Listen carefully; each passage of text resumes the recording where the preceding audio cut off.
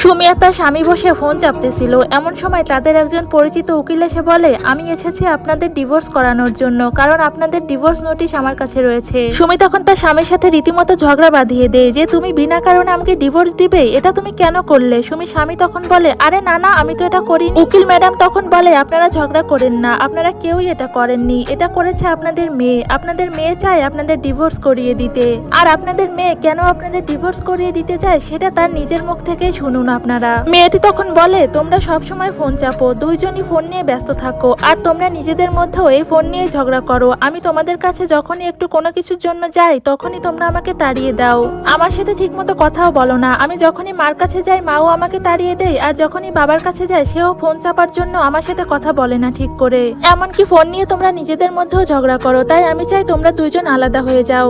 এই ফোনের কারণেই তোমরা আমার শৈশবটাকে নষ্ট করছো। এমন বাবা মা না থাকাই ভালো।